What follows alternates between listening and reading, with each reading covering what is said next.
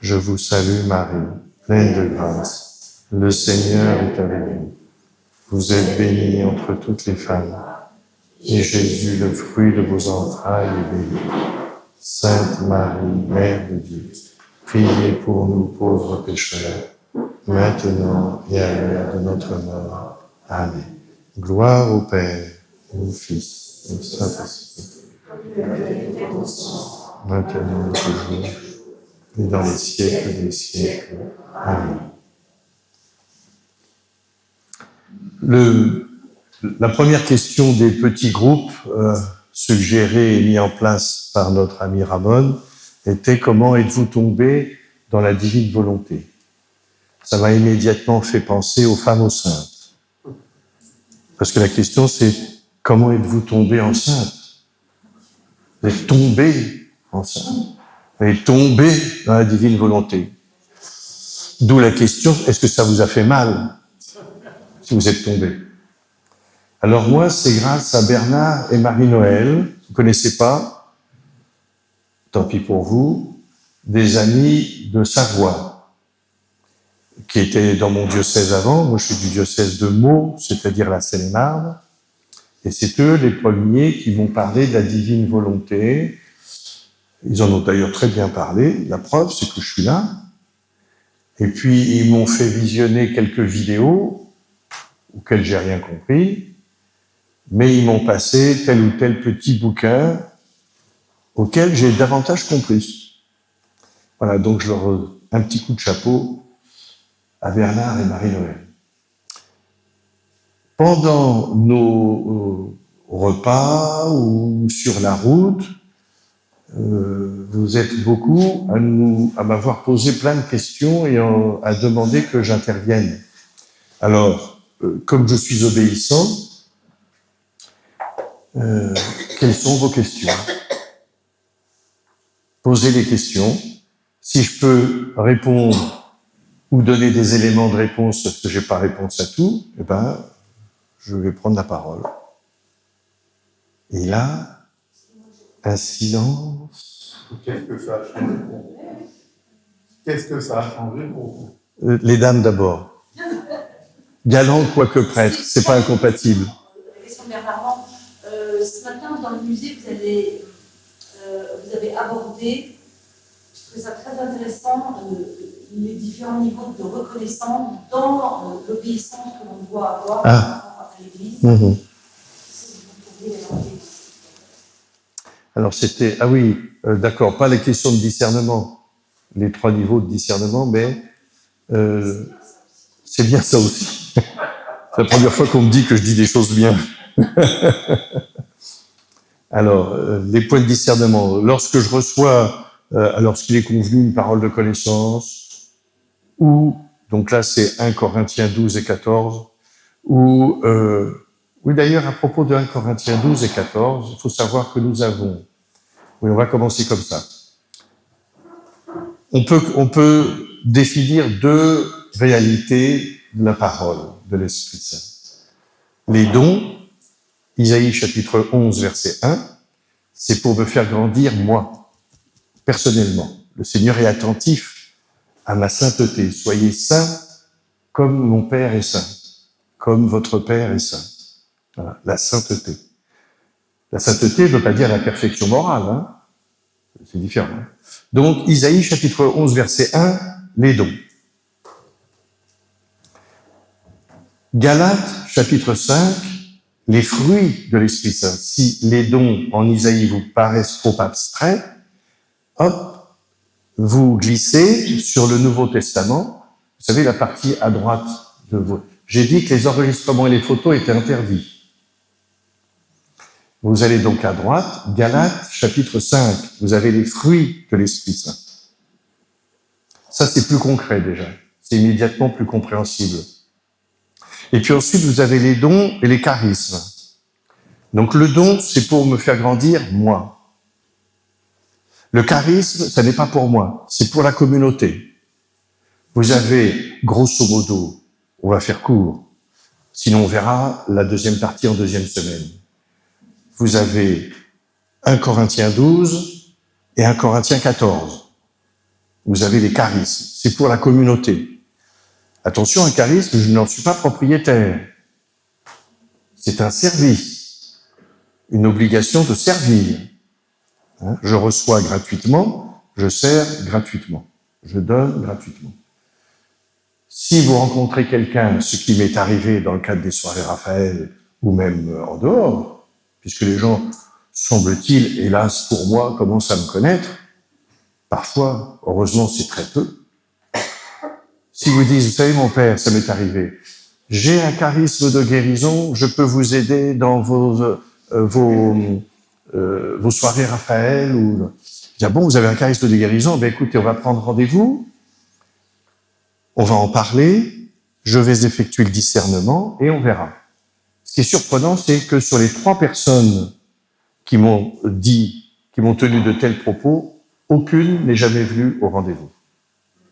Ce qui vous montre déjà qu'il y a un problème. Voilà. Donc le charisme, c'est pour la communauté. Mais ça ne veut pas dire que j'ai le charisme de ceci, ou j'ai le charisme de cela. Charisme de guérison, charisme de la parole, charisme prophétique, charisme de tutti quanti.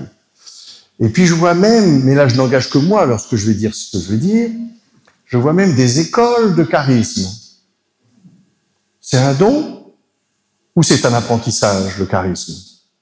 Non, c'est un don. Si je regarde la Bible.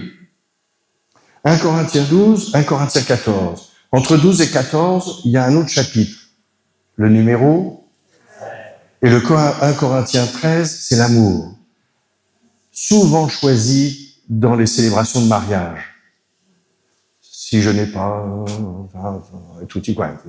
Ce qui veut dire que le cœur du charisme qui est donné par le Seigneur est bien un don de celui qui est l'amour. Dieu est amour. Première lettre de Saint Jean, chapitre 4. Ça n'est pas une fonction. Ça ne doit pas être vêtu d'orgueil. Ça n'est pas une propriété. Ça n'est pas un faire-valoir parce que je n'existe plus suffisamment, me semble-t-il, à mes yeux, dans ma famille, dans mon association, dans ma paroisse, dans mon boulot. Tandis que là, je vais avoir quelque chose et donc il y a une question d'emprise. Je veux être maître de la situation au lieu d'être serviteur de l'Église, corps du Christ continué dans l'histoire. Voilà le charisme.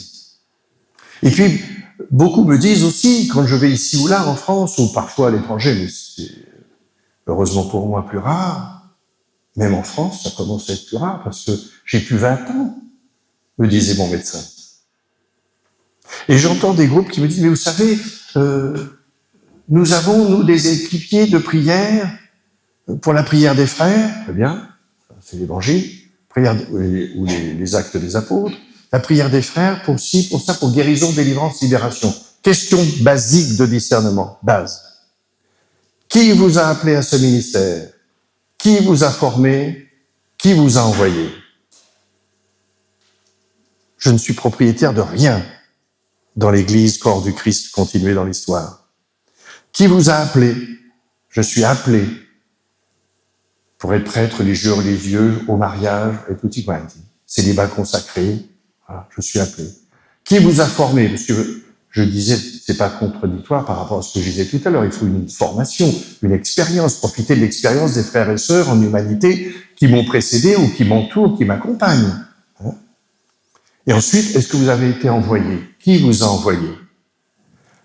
Pourquoi je me permets de dire ça? D'abord parce que c'est l'évangile selon Saint Jean. Dans l'évangile selon Saint Jean, sans arrêt, vous avez notre Seigneur Jésus-Christ qui vous dit, ce que je dis, je ne le dis pas de moi-même, c'est le Père qui est en moi, le Père m'a envoyé. Vous voyez? Et vous pouvez retrouver plein d'autres références là-dessus. En Saint Jean, par exemple, il n'y a pas que. Alors, si j'ai le charisme des paroles de connaissance, je vous préviens, j'ai une grosse tare, c'est que je ne suis pas issu du renouveau charismatique catholique. Si j'ai un charisme de parole de connaissance, d'abord, il faut savoir si c'est l'Église, c'est les gens autour de moi avec leur bon sens, éclairés, leur conscience éclairée par l'Esprit Saint, évidemment. Dans ma conscience, oui, mais qui alimente ta conscience? Qui forme ta conscience? Qui éclaire ta conscience? Les médias? Les les idéologies ambiantes, l'évangile, lu avec qui, comment, oui, bon. Donc, j'ai le charisme, par exemple, de guérison, parce que je suis sûr que c'est ce qui vous intéresse dans l'immédiat, compte tenu du ministère un peu particulier, semble-t-il, qui est le mien. J'ai un charisme de guérison. D'abord, c'est aux autres à le dire. Tiens, nous avons observé que tu as un charisme de guérison, un charisme de connaissance, un charisme de prophétie, un charisme de service, un charisme de louange. C'est les autres qui vont vous le dire. Et puis ensuite, ce charisme, il faut le discerner en Église, voire avec celui qui a la charge pastorale locale, le curé, cura animamé. Ah oui, mais mon curé, il est complètement à côté de la plaque. Ayez confiance. Ne soyez pas propriétaire de ce que vous estimez être une grâce particulière et un charisme particulier. Ayez confiance. Voilà. L'obéissance, il n'y a rien de tel pour que des fruits immenses jaillissent à travers vous, donnés par le Seigneur, Père, Fils et Esprit Saint. Donc, là, c'est pareil.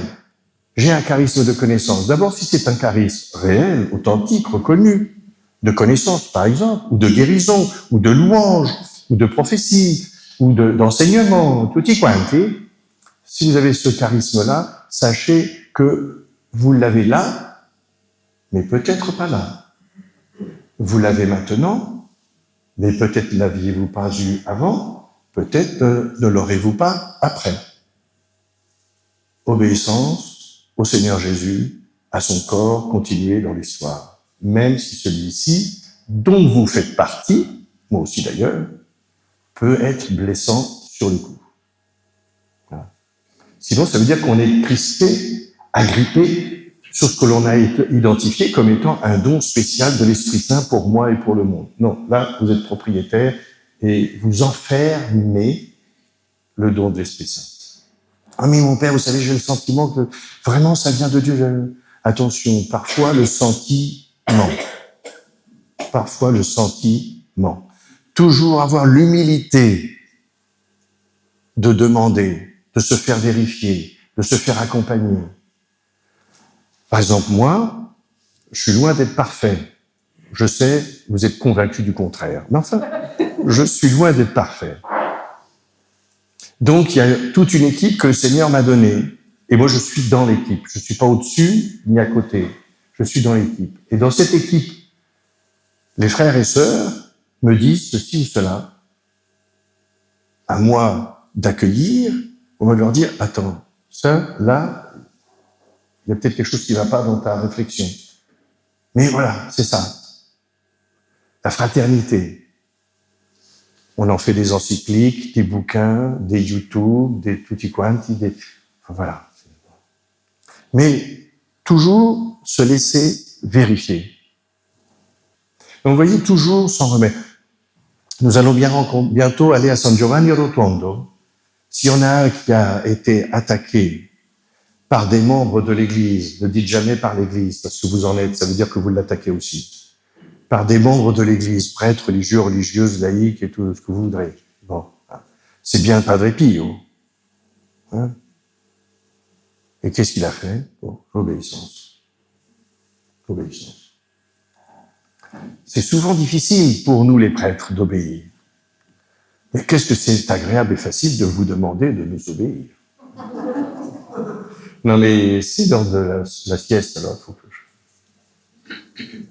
Donc ça, c'est pour le discernement. Bon. Alors maintenant, si je reçois une parole... Alors moi, ça m'est arrivé une fois. Il faut que je vous raconte l'anecdote, elle est comique. Au début de cette grâce de guérison, où j'avais déjà l'autorisation de l'évêque de présider les soirées Raphaël, et j'ai même eu après, en 2017, ma guérison, c'était le 28 avril 2015, et en juillet 2017, l'évêque m'a autorisé à aller partout en France ou ailleurs pour témoigner, enseigner, présider des soirées de guérison. Enfin, non, pardon, des soirées Raphaël. Surtout pas nommer soirée de guérison. Surtout pas. Raphaël, ça veut dire Dieu guérit en hébreu, ceci dit, hein. Bon. Mais surtout pas. Et ça, je l'ai reçu dans le cœur tout de suite. D'abord, j'ai même reçu le nom de ces soirées. On les appellera les soirées Raphaël. Alors après, je dis, oh là là, mais Raphaël, c'est qui, c'est quoi, c'est qu'est-ce? Il faut vite que je recherche dans la Bible. C'est facile, hein, le livre de Tobie. Bon, dans l'Ancien Testament.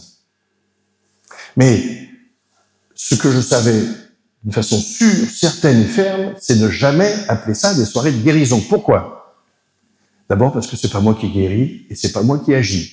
Je ne suis, et là, les frères et sœurs qui me connaissent me taquinent, je voudrais être, en tout cas, ou je voudrais n'être que le petit âne qui porte Jésus. La fuite en Égypte, ou l'entrée triomphale à Jérusalem, pour que le Christ, 3 jours après, soit crucifié. Donc, si un jour, vous, ou moi comme prêtre, les gens vous encensent, vous êtes sûr que dans 3 jours, ils vont vous crucifier. Donc, on reste très, très cool par rapport à « Ah, mon père, vous êtes vraiment extraordinaire. » Il sait que je sais que je suis extraordinaire. Bon, alors, voilà. Alors, les paroles de connaissance. J'étais à l'appel d'un confrère curé, toujours à l'appel d'un curé, qui a comme son nom l'indique, qui a la charge des âmes, cura animame. C'est lui qui a la charge des âmes. Il n'a pas la charge des âmes des catholiques. Il a la charge des âmes de toutes celles et ceux, quel que soit leur chemin spirituel, qui habitent sur sa paroisse. Voilà. Les musulmans, les protestants, les catholiques ceci ou cela, les témoins de Jéhovah, je ne sais pas qui, peu importe. Peu importe. Voilà. Il m'avait appelé pour notamment une sorte de soirée Raphaël. Et je descendais dans l'assemblée. On n'avait pas fait une soirée Raphaël parce que le contexte ne s'y prêtait pas. J'étais tout seul. Et je commence à imposer les mains, ici, poser les mains, puis prier, évidemment. Hein. Voilà, ça. Sinon, on est dans la magie. Vous savez que les mains du prêtre ont reçu l'onction. Ici, hein. C'est pourquoi, lorsque le prêtre reçoit l'onction des malades, ce qui m'est arrivé 2 fois, il reçoit l'onction ici. Puisqu'il a reçu l'onction sacerdotale, là. D'où l'importance, mais je ne sais pas si avec ta caméra ça va marcher, d'où l'importance que je descende dans l'assemblée et j'impose les mains. Ou la main. Bon, peu importe. Et je prie. Et au bout de la 3e personne, ou 4e, je ne sais plus, je reçois une parole que j'ai découverte petit à petit, grâce au renouveau, comme étant une parole de connaissance. Je demande au servant le micro, même si j'ai une voix forte, m'avez-vous dit, et je dis, il y a dans l'assemblée une personne qui est sourde de l'oreille gauche, le Seigneur est en train de la soigner. Moi-même, je dis, oula. Avant de la dire, je dis, qu'est-ce que c'est que ce truc? Qu'est-ce qu'il faut que je dise? Bon, j'ai pris le risque, j'ai dit. Et bien, en fait, ce soir-là, le Seigneur, dans cette paroisse, s'est transformé en médecin ORL. Parce qu'il y a eu plusieurs personnes de guéries des oreilles. Voilà. Notamment une dame qui n'a pas dit à son mari qu'elle entendait. Je ne sais pas pourquoi. Mais la suite est intéressante. J'ai la lettre, parce qu'elle a envoyé une lettre à la paroisse et qui me l'a envoyée après. La suite est intéressante. Pour vérifier, donc elle habitait en Seine-et-Marne, cette dame-là, à l'époque. Pour vérifier, elle prend le train pour arriver jusqu'à Paris. De Paris, elle prend la ligne numéro 1. Pour ceux qui connaissent, c'est celle qui traverse Paris. Elle arrive au bout, elle reprend la ligne numéro 1. Elle arrive au bout, à la gare, je sais pas quoi, et elle reprend son train pour rentrer à la maison. Et me dit-elle dans son courrier, j'ai fait ça pour tester si malgré le bruit du métro ou du train, j'entendais les gens papoter à droite à gauche. Et je vous écris parce que oui, j'ai été guéri à la soirée machin.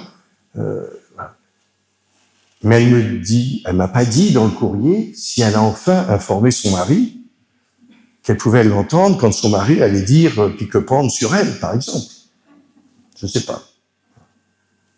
Donc, vous voyez, se faire vérifier.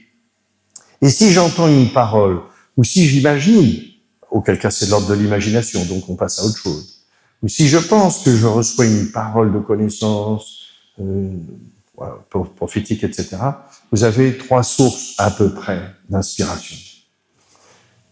Soit c'est le locataire du dessous,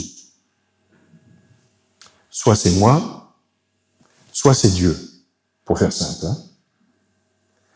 Si c'est moi, il faut que je sois vigilant et que je me fasse vérifier sur le fond comme sur la forme.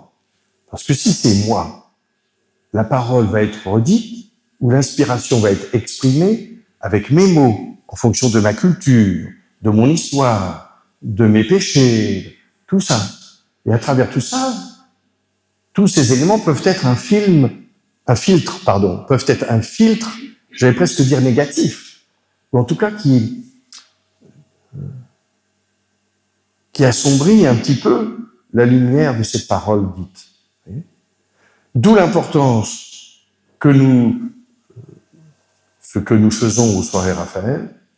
Si une personne de l'équipe, si c'est quelqu'un de l'extérieur de l'équipe, les paroles sont interdites. Parce que j'ai déjà vu des gens dans des soirées de prière dites de guérison qui vont vers telle ou telle autre personne. Tu sais, la Vierge Marie me dit de te dire qu'il faudrait que... Voilà. Non, vous êtes qui? Vous avez été appelé par qui à ce service? Non, donc, interdit. En revanche, serviteur Raphaël, aucun problème, et on prie avant, bien évidemment. Bien avant. Bien, ensemble. Donc ça, interdit. Et moi-même, avant chaque soirée Raphaël, je prends une demi-heure, 3/4 d'heure, en tête-à-tête avec le Seigneur, devant le Saint-Sacrement. Seul. Seul. Voilà. Alors des fois, c'est là aussi où je ressens... Bref. Alors, dans l'équipe, si une personne reçoit ce qu'il est convenu d'appeler une parole de connaissance, une parole de cela, elle la transmet à quelqu'un d'autre de l'équipe qui rédige en français correct, puis ensuite, une troisième personne l'annonce au micro. Le but, c'est de se faire vérifier, même si c'est très ponctuel et très rapide, on en convient, et en même temps, de faire en sorte que la personne qui exprime au micro ne soit pas assaillie par les gens qui tout d'un coup auraient repéré que c'est un tel ou une telle de l'équipe qui a dit au micro. Voilà. Prudence, et je suis là, d'après ce qu'a m'a dit mon évêque, à la fois pour former l'équipe et en même temps, bien sûr, pour l'accompagner spirituellement et donc sauvegarder, protéger les serviteurs Raphaël et protéger l'Assemblée. On l'a vu, cette expérience, à Medjugorje, dans les premières paroles de la Vierge à Medjugorje, si vous croyez que c'est la Vierge qui apparaît et qui parle, qui donne des messages à Medjugorje. Il y a eu tel ou tel message où sur le plan de la foi catholique, c'était vraiment pas d'aplomb. Mais après, le travail de discernement a montré, je parle de Medjugorje parce que j'y suis déjà allé, mais c'est valable pour d'autres aussi. On sait, dans un travail de discernement sur les paroles de connaissance, etc., que la partie qui nous incombe peut être aussi un petit peu mélangée à tout ce que je vous ai dit. Autre chose par rapport aux paroles de connaissance, ou aux paroles prophétiques, ou aux exhortations spirituelles. Oui, tout ça, c'est un petit peu bon. Voilà. C'est que, une fois par an, à peu près, je prends la totalité des paroles et je vais voir une autre personne qui a une grande expérience dans ce domaine-là, et je lui dis, on se prend un rendez-vous, et je lui dis, qu'est-ce que tu en penses? Je lui envoie le texte avant, les feuilles avant. Qu'est-ce que tu en penses, d'après toi? Où sont les paroles de connaissance? Où sont les paroles prophétiques? Où sont les exhortations spirituelles? Toujours se faire vérifier, se faire vérifier, se faire vérifier. Non pas pour mettre la main sur la grâce, non pas pour l'emprisonner, au contraire, pour que ce soit davantage libéré et libérer la personne qui a donné cette parole. Parce qu'il y a toujours le prénom et ensuite le texte. Toujours. Et c'est en même temps, comme disait mon évêque, pour préserver l'Assemblée et donc pour préserver cette réalité des soirées Raphaël ou des soirées ceci, cela, pour qu'elles puissent se maintenir. L'année prochaine, on va fêter, si Dieu nous donne cette grâce, les 10 ans des soirées Raphaël, puisque cette année, nous fêtons les 10 ans de la guérison. Donc, je ne sais pas si j'ai été clair, si j'ai répondu. Voilà. È bene così? Vous n'avez pas de rhumatisme au bras gauche, vous, c'est bien. Je peux changer. Oui, d'accord, très bien. C'est juste, comment peut-on parler de façon juste des écrits de Luisa Picaretta? On en a parlé ce matin avec vous. Par rapport à, est-ce qu'on peut dire d'emblée, j'ai vu, dit, est-ce qu'il vaut mieux dire Luisa dit que, par rapport à la justesse de ce qui peut être dit au niveau des écrits, et puis la différence entre la demande de béatification, canonisation de Luisa et de ses écrits. Je vais reprendre.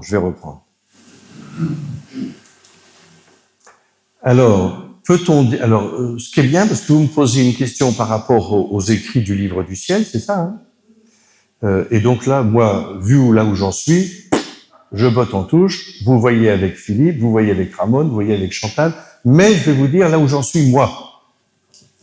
Donc, ça veut dire que c'est très limité. Mais je vais quand même prendre le risque de la parole. Est-ce que je peux continuer à dire Jésus dit dans le livre du ciel ceci, cela? Pour Louisa, c'est facile. Louisa, mais est-ce que Jésus dit? Je préférerais, à aujourd'hui, je n'engage que moi en disant ça, là, je mets je préférerais qu'on dise, il est dit dans le livre du ciel que Jésus dit ceci. Prudence. On me dit oui, mais pour les 19 premiers tomes, par exemple, il y a déjà eu l'imprimature. L'imprimature, c'est comme pour les livrets que j'écris. C'est l'évêque lui-même qui m'a demandé de lui envoyer les textes parce qu'il voulait me donner l'imprimature. Bon. L'imprimature dit « j'autorise l'impression et la diffusion ».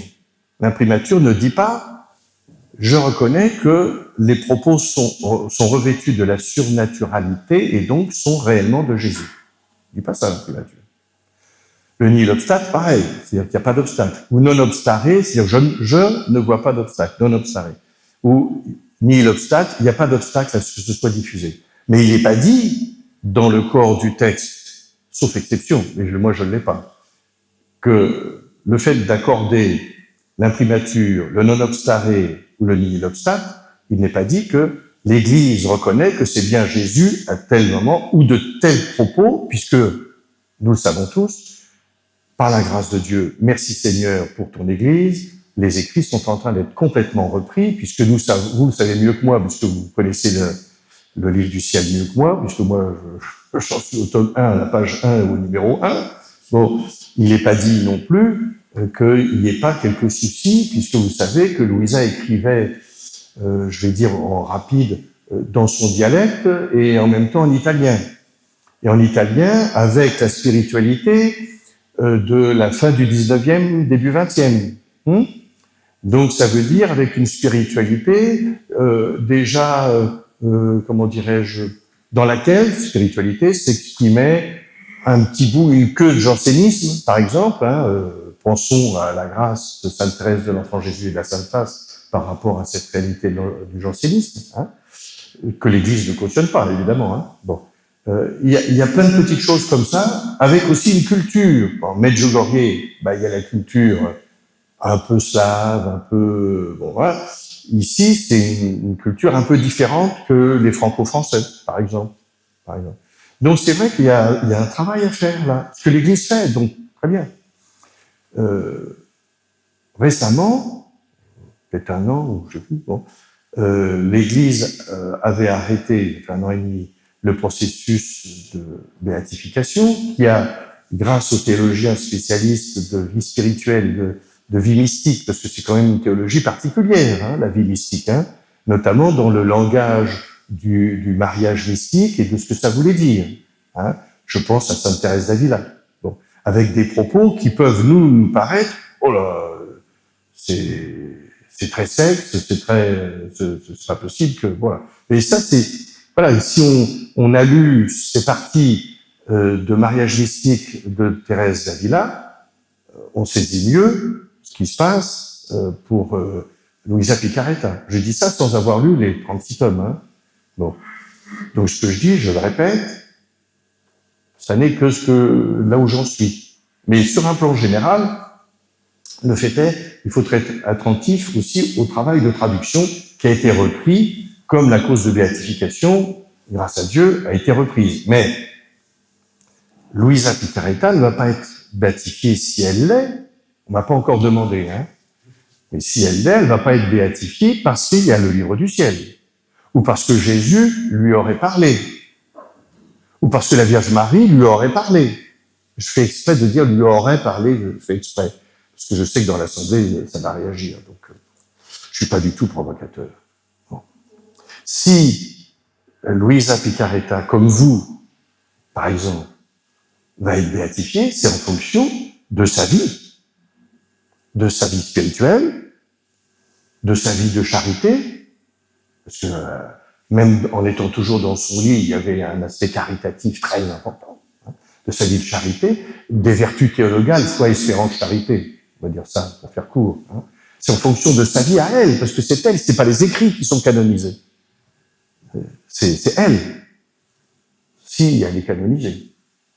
Alors effectivement, c'est une femme qui en même temps a écrit ses 36 tomes, hein, malgré son peu d'instruction, savons-nous, hein, et malgré le fait qu'elle était toujours dans sa pièce. Et le Seigneur, il est au-delà de ça. Je ne sais pas si j'ai répondu à votre question. Oui, moi je trouvais que c'était important d'avoir votre avis et votre avis. Voilà. Mais ça n'est qu'un avis. Avec l'expérience qui est la mienne, chrétienne, donc ça veut dire peu, et de prêtre. Moi, ce qui était important, c'est que quand je parle de la divinité, comment je peux en parler dans la justesse de l'Église. Alors, je mets toujours les réserves que j'ai déjà exprimées et que j'exprime toujours. Je suis pas complètement dedans, je suis pas... Voilà, je suis sur le seuil. Bon, donc, les frères et sœurs qui sont dedans et qui maîtrisent, et qui ont l'humilité de la prudence et de la vérité, c'est pas incompatible, pourront dire autre chose. Bon. Comment en parler? D'abord, moi, je commencerai par prier. Moi, je trouve que la prière, c'est très important. Très important. Prier personnellement et prier pour la personne ou les personnes vis-à-vis, vers qui vous êtes appelé à témoigner si vous souhaitez témoigner. Parce qu'il faut témoigner. Et puis ensuite, de dire des choses... oui, je suis désolé de le répéter, mais avec humilité. J'ai beaucoup entendu de gens qui parlaient de la divine volonté. Si vous n'y étiez pas, vous dégagez. Vous n'êtes pas dans le... J'ai énormément entendu. Et ce qui fait un contre-témoignage par rapport à ce que celles et ceux qui sont dans la divine volonté depuis, voilà, par rapport à ce qu'ils vivent sur le chemin spirituel. Je ne sais pas si on peut dire, s'il est exact de dire ceux qui sont dans la divine volonté, mais ceux qui sont sur ce chemin spirituel. Oui. Et de témoigner à titre personnel. Voilà. Non pas moi je, mais tout en expliquant, en exprimant ce moi je, voilà comment moi j'ai accueilli, découvert, et ce que ça fait en moi. Qu'est-ce que ça a changé en moi si ça a changé quelque chose? Qu'est-ce que ça m'a fait découvrir? Est-ce qu'il y a de la joie? La joie, c'est un des fruits de l'Esprit Saint. Hein. Est-ce qu'il y a de la joie quand je parle des textes du livre du ciel? Est-ce qu'il y a... Voilà. Est-ce qu'il n'y a pas un abus de langage de dire Jésus, même au niveau d'un témoignage, dans la mesure où ça n'a pas été authentifié par les catholiques? Est-ce qu'on peut dire effectivement au niveau du témoignage, le ressenti, et comment je reçois la divine volonté, et est-ce que ce n'est pas quand même un abus de langage si par exemple je dis j'ai vu le dit cœur dans la divine volonté, etc. Ça, c'est ce qui m'a bloqué, il fut un temps. J'avais des interlocutrices et des interlocuteurs qui disaient « Oui, mais dans le livre du ciel, Jésus dit que... » Je dis « Oui, et dans l'évangile, il dit quoi ?» La source, c'est l'Évangile. Bon. Alors, est-ce que c'est un abus de langage? Quand j'ai débuté et que j'ai du mal à avancer, pour moi, c'était clair, un abus de langage. Non, mais vous prenez pour qui? Jésus dit, enfin, ça veut dire quoi? Bon. Ayez l'humilité de dire, l'Église est en train de travailler à la question. C'est positif, ça. L'Église est en train de travailler la question. L'Église est en train de travailler les traductions. L'Église est d'accord. Le Vatican lui-même a édité, il y a quelque temps, peut-être 2 ans, 3 ans, 4 ans, je ne sais plus, a édité quelque chose sur Luisa Picaretta et Louis Bussière. Donc, voilà, voilà. Mais après, il faut travailler. Moi, j'aurais du mal à dire Jésus dit ça ou alors, peut-être une circonvolution dans les écrits de Luisa Picaretta, il y est dit que Jésus a dit que, peut-être. Ça fait peut-être un... Je parle toujours par rapport à celles et ceux qui sont sur le seuil ou dehors. Hein, on est d'accord, c'est le témoignage par rapport à ça. Voilà. Mais c'est pas parce que je suis pas dans la divine volonté, me semble-t-il, mais je vais me faire envoyer des flèches, c'est pas parce que je ne suis pas dans la divine volonté que je ne suis pas dans la foi catholique vraie et réelle. Évidemment. Hein. D'ailleurs, sauf erreur de ma part, pour le peu que j'ai lu et je ne veux pas dire travailler, ça fait un peu prétentieux, mais de la divine volonté, le lien, d'ailleurs je l'ai dit sur une vidéo, que c'était très biblique. Et le lien avec la Bible, il est assez aisé à établir. Voilà. Je disais, peut-être à vous aussi, à table, sans avoir bu de vin, je disais que je suis convaincu, alors peut-être pas vous, mais que le Seigneur est toujours là avec nous et auprès de nous, quels que soient les temps, les cultures et nos limites. Exode chapitre 3. J'ai vu la misère de mon peuple. Il y a eu la divine miséricorde. On en parle beaucoup moins. Il y a eu un engouement. Alors, pas forcément chez les Français. Oui, c'est encore une spiritualité polonaise. Le pape est polonais, alors il roule pour son pays. Comme si la miséricorde n'était que polonaise. Bon. Mais il y a eu la divine miséricorde pour un siècle, on va dire le 20e, 19e, 20e, pour un siècle où il y a eu vraiment un immense besoin de miséricorde. Immense. Entre le laïcisme exacerbé, pour nous Français, c'est toujours le cas, bon, entre le communisme athée avec les camps en URSS, avec le maoïsme, avec Pol Pot, avec tout ce qui se passait en Afrique, il y avait besoin vraiment que le Seigneur nous mette un petit coup derrière en disant la miséricorde.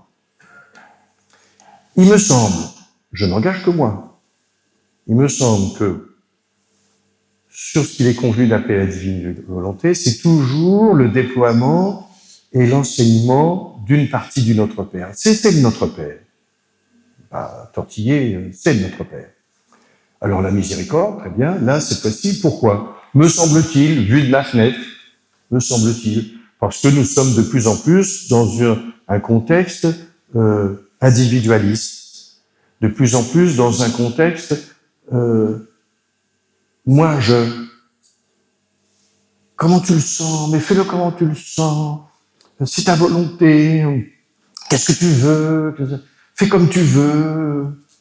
T'as le droit. On est dans le droit et l'interdit. T'as le droit. Voilà. Je me suis fait tout seul. Enfin, oui. Et donc là, le Seigneur peut-être est en train de nous dire, attendez les enfants, le Créateur, c'est moi. Si vous êtes là, c'est parce que je suis là. Et parce que je vous ai désiré de toute éternité. Et parce que votre âme, qui est créée, est éternelle. A fortiori si vous êtes baptisé. Bon. Donc je pense que la divine volonté,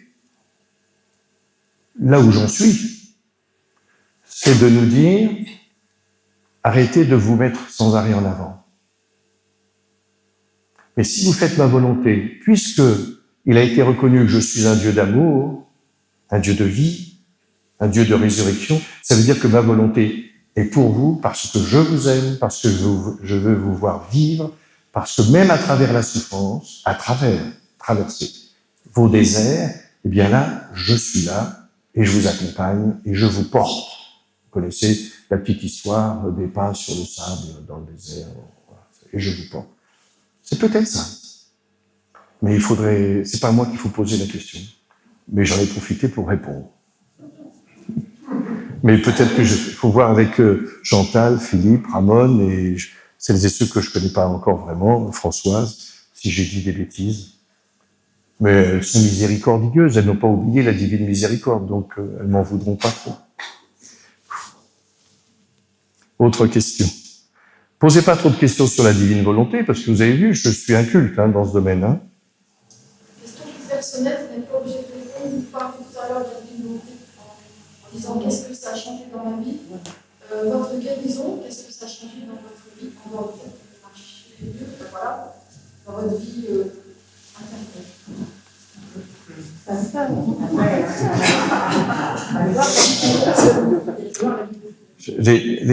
Les piles ne fonctionnent plus, je peux plus répondre.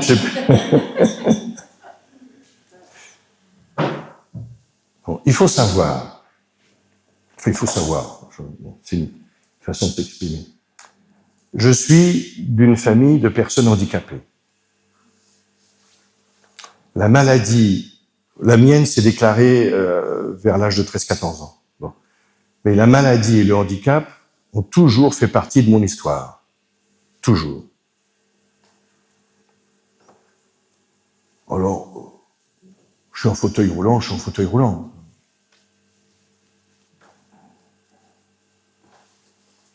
C'est vrai que c'est gênant.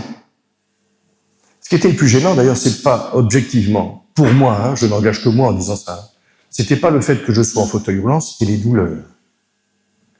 Voilà, le mal, la douleur, voilà. Bon.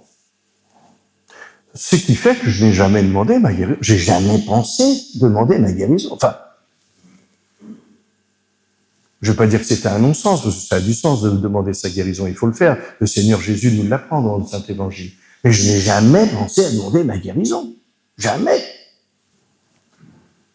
Ce qui est intéressant, c'est comment elle est arrivée, cette guérison. Parce que ça donne des enseignements, et encore aujourd'hui, 10 ans après, ça me donne encore des enseignements pour après. Comme me disait mon évêque, à juste titre, moi j'ai un évêque qui a du discernement, j'ai un évêque qui a de la patience, j'ai un évêque qui aime le risque, donc c'est bon.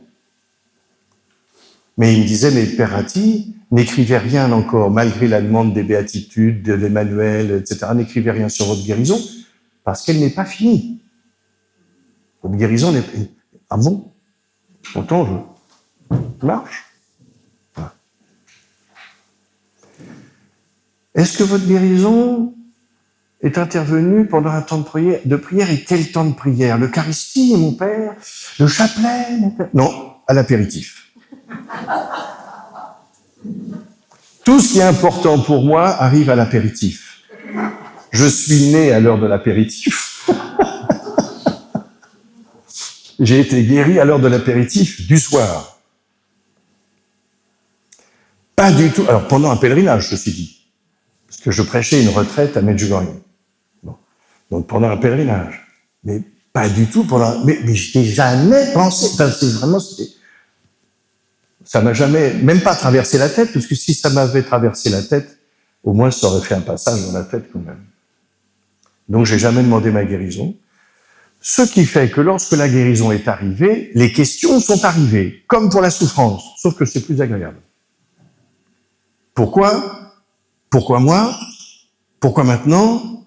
Qu'est-ce que j'ai dit? Qu'est-ce que j'ai fait? Qu'est-ce que j'ai pas dit? Qu'est-ce que j'ai pas fait? Toutes les questions arrivent. Toutes les questions arrivent. Et en même temps, les doutes sur ma guérison. Sur la chaîne YouTube NDML, ou même si vous tapez « Il a guéri son prêtre », c'est les mots de mon évêque, hein, « Il a guéri son prêtre ». Mais Alain, rendez-vous compte, le Seigneur a guéri son prêtre. Oui. Ah oui, il n'a pas guéri monsieur un tel ou madame une telle, il a guéri son prêtre. Oui. Et je lui ai dit, mais j'ai rien demandé. Mais si, j'ai dit ça à l'évêque. J'ai un évêque extra. Il me dit, mais il a guéri son prêtre? Oui. La question est, pour quelle mission? Pas pourquoi, mais pour quoi? En vue de quoi? Pour quelle mission? Alors là, j'ai su répondre tout de suite. L'évêque, c'est vous, le successeur des apôtres, c'est vous, c'est à vous de me le dire. Et l'évêque me dit, eh ben écoute, Alain, on va prier. L'évêque me dit, on va prier. On dit tellement de mal sur les prêtres et les évêques. Moi, je peux vous dire, l'évêque m'a dit, on va prier. C'est pas mal. C'est même vachement bien. Donc, on a prié, il m'a donné sa bénédiction. Il va dire, on va prier, c'est l'Esprit Saint qui va nous dire petit à petit. Donc ça, j'étais guéri le 28 avril, ça c'était début mai 2015. Et juillet, août 2015, ça y est, c'était fait, tout était tombé. Voilà. Après, je l'ai rencontré une fois, 2 fois, comment ça va s'appeler, quelle est la liturgie. Le curé de l'époque, un type extra, qui comme moi n'y connaissait rien dans ce domaine, me dit, écoute Alain, t'as qu'à célébrer une messe par mois pour les malades, spécifiques. Et moi je lui dis, non. C'est toi le curé, je ferai, mais je ne pense pas que ce soit la bonne chose. Alors, je lui dis, je vais demander conseil à mon directeur spirituel, que je vois tous les mois, parce que je me confesse tous les mois comme vous, minimum. Voilà, ça c'est fait.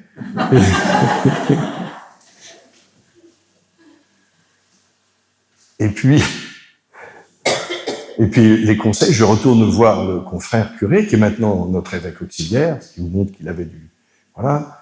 Et je lui dis, non, on va faire une soirée, parce qu'une messe, ça veut dire la liturgie, et nous sommes serviteurs de la liturgie et pas propriétaires de la liturgie.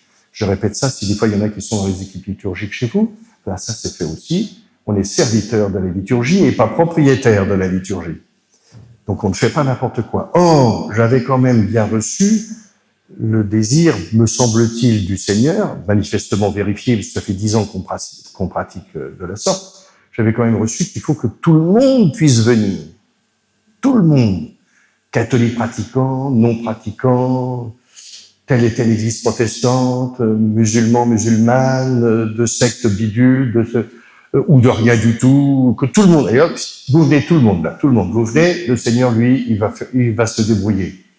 C'est pas un problème. Et donc c'est ainsi qu'on a procédé. À un même moment, le curé de l'époque, toujours avec le bon discernement, me disait, tu sais Alain, il ne faudrait pas que ce soit toujours toi qui présides les soirées Raphaël. Vous avez compris pourquoi. Que tu ne deviennes pas une star, que tu ne sois pas écroulé par la tâche, que... Très bien, c'est toi le curé, pas de problème, je vais demander conseil. Je vais retrouver le frère Alain-Marie, je vais retrouver le frère, parce que je suis oblat bénédictin, comme Jacques, nous sommes tous les deux oblat bénédictin de Saint-Benoît-sur-Loire.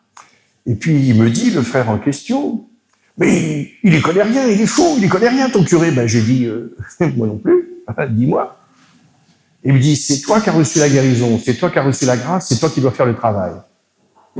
Fatigué, pas fatigué, que tu aies envie, pas envie, que tu en aies ras-le-bol, pas ras-le-bol, tu fais. Alors qu'est-ce que ça a changé? Tout, ma pauvre, parce que là, le paquebot, contrairement au Titanic, il n'a pas coulé, mais il s'est réorienté.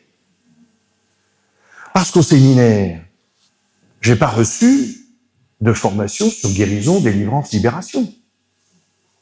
Et je ne suis pas issu, spirituellement, de cet immense courant de grâce qui s'appelle le renouveau charismatique catholique.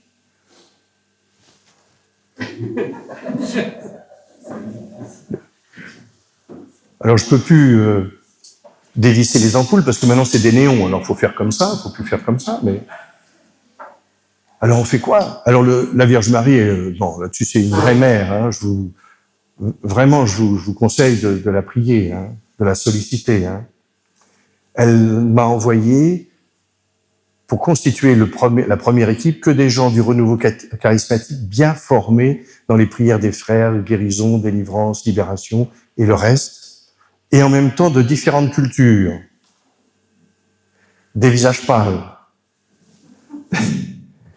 des Gaulois, des îles, d'Afrique, et différents états de vie, célibataires, mariés, et différents ministères, diacre permanent et moi prêtre. Tout ce petit monde, c'est-à-dire l'Église, hein, hommes, femmes, jeunes, vieux. Alors, il y en a même qui, du coup, ils se sont mariés. Je les ai recrutés, ils se connaissaient pas, ils se sont mariés, ils viennent d'avoir le deuxième bébé. Bon, merci Seigneur. Donc ça a changé tout ça. Et les formations que j'ai été amené à faire, à suivre, hein, le travail biblique. Quand j'ai eu cette grâce de guérison, j'ai commencé par aller plus de 15 jours à m'enfermer, en quelque sorte, hein, dans cette fameuse abbaye sympathique, Saint-Benoît-sur-Loire, avec ma Bible et accompagné d'un frère qui, lui, avait une longue expérience dans ce domaine. Voilà. Comment le Seigneur parle, agit, reste silencieux en matière de guérison, délivrance, libération, dans l'Évangile, dans les actes des apôtres. Et puis après, qu'est-ce qui s'est passé, etc. Et du coup, on a lancé avec l'évêque les soirées Raphaël. C'est très simple, hein, c'est accueil de l'Assemblée, très bien. Bon, la louange, là, le Seigneur m'a donné 2 groupes de louanges, culturellement différents, un groupe de visage pâle, un groupe de black. La louange est différente, mais le Seigneur y fait. Et ce qui est assez intéressant, c'est que les chants de louange pile, sans qu'ils le sachent, avec le texte de la parole qui va être prononcée et avec l'enseignement. Toujours. Voilà. Et donc, proclamation de la parole, disais-je, si c'est une partie de l'évangile, c'est un frère diacre. Si c'est une partie de la Bible autre que un passage d'évangile, c'est une sœur, une laïque. Voilà. Bon, voilà un peu comment ça se passe. Et puis après, l'enseignement, et puis ensuite, toujours à la demande de l'évêque, bien sûr, l'enseignement, et puis exposition rapide du Saint-Sacrement, et je descends dans l'Assemblée avec le Saint-Sacrement, sans les lunettes et en fermant les yeux. Voilà. Ce qui me permet de buter dans les sacs à main des dames, ou les sacs à dos des responsables à main Fiat. Voilà. Qu'est-ce qui s'y passe? J'en sais rien. C'est pas moi. Mais il s'y passe beaucoup de choses. Après, on a la relecture et la prière de fin. Hein. On a la relecture, et là où les serviteurs Raphaël me disent, mais t'as fait ceci, t'as fait cela, t'es passé ici. Puis tout d'un coup, t'étais là, puis t'es reparti de l'autre côté là-bas, et puis t'es arrivé ici, puis t'es reparti là, et puis t'as repris ton rythme. Comme pour les délivrances. Il y en avait une personne que le Seigneur était en train de libérer, qui criait avec des cris sataniques. Hein. On sait ce que ça veut dire, c'est perçant, c'est extrêmement agité, ou alors au contraire, c'est extrêmement grave, mémoire d'outre-tombe, dirait Chateaubriand. Un peu de culture, ça fait pas de mal. C'est comme la confiture, quand on n'en a pas, on l'étale. Et on me dit, Padre, il faut aller à tel endroit. Donc on me guide jusqu'à la personne, et puis je tiens le Saint-Sacrement, et je dis, tout simple, parce que Satan aime le spectacle. Au nom de Jésus, silence. Terminé. Et on continue, tout va bien. Les cathos n'étant pas formés, mouvement de panique, et des gens qui s'en allaient. Vous n'êtes pas formés. Pourtant, dans le Saint-Évangile, on en parle suffisamment. Mais non, on évacue. Je sais pas. Est-ce que j'ai répondu à votre question? Parfaitement. Oh là là, je progresse. Ah ben oui. Hier, vous avez dit dans l'homélie une phrase qui m'a frappé, et que je crois que vous avez dit que vous aviez l'explicité, ce qui n'a pas encore été le cas. Et moi, elle m'a frappé parce que, en fait, en 2 mots, ma belle famille est très branchée retraite, guérison intérieure. J'ai participé à ce genre de retraite, Et moi, ce que je disais à ma belle-sœur, c'est que, et c'est la phrase que vous avez dit hier pendant le midi, Jésus n'est pas venu pour la guérison, mais pour le salut. Et parce que je trouve que dans la recherche de la guérison, justement, quand on se met en chemin vers la guérison, il y a quelque chose d'assez autocentré quelque part. Alors peut-être que ça peut être nécessaire dans certains états, etc. Parce que la souffrance nous pousse à rechercher la solution à la souffrance. Mais vous aviez dit que justement, et cette phrase m'avait frappé, surtout que vous avez ce ministère avec l'histoire de Raphaël. Qu'est-ce que vous vouliez exactement expliquer par ceci? Je suis pas venu guérir, mais sauver. Je suis ici non point pour condamner le monde, mais pour le guérir et le sauver, pour le sauver. Le guérir, nous on dit physique, parce que c'est ce qui nous intéresse dans les médias, mais le fait est, ça veut dire qu'on est crispé, je dis pas négativement, hein, c'est légitime quand on souffre. On est crispé sur sa souffrance et on veut que le Seigneur nous en sorte. Et le Seigneur, il n'est pas venu pour nous guérir, il est venu pour nous sauver. C'est-à-dire que beaucoup plus loin, beaucoup plus profondément et beaucoup plus, j'allais dire totalement. S'il nous guérit, s'il nous délivre et nous libère, s'il nous guérit, c'est un signe. Une expression johannique, hein. C'est un signe pour nous dire, ne restez pas arc-boutés sur vous-même, sur votre souffrance évidemment, hein, sur vous-même, sur votre petit moi. Voyez plus loin et accueillez-moi et reconnaissez-moi comme votre sauveur, votre unique sauveur. Voilà. Donc le Seigneur est venu pour nous sauver. Les guérisons sont des signes, comme il y a d'autres signes. Changer l'eau en vin, c'est-à-dire changer ma vie insipide, qui n'est pas porteuse de joie, en une vie qui a du goût et qui suscite la joie. Je dis pas ça pour que ce soir vous m'offriez un petit... Même si c'est bientôt, je crois que c'est le 21, pour les Français, qu'il y a le Beaujolais nouveau. Mais ça, on verra à mon retour. Voilà. J'ai passé commande, c'est bon. Alors, donc c'est ça, il est venu pour nous sauver. Voilà. Ce qui veut dire que si j'ai reçu une grâce de guérison, ce qui médicalement et ecclésialement a été une évidence. Bon.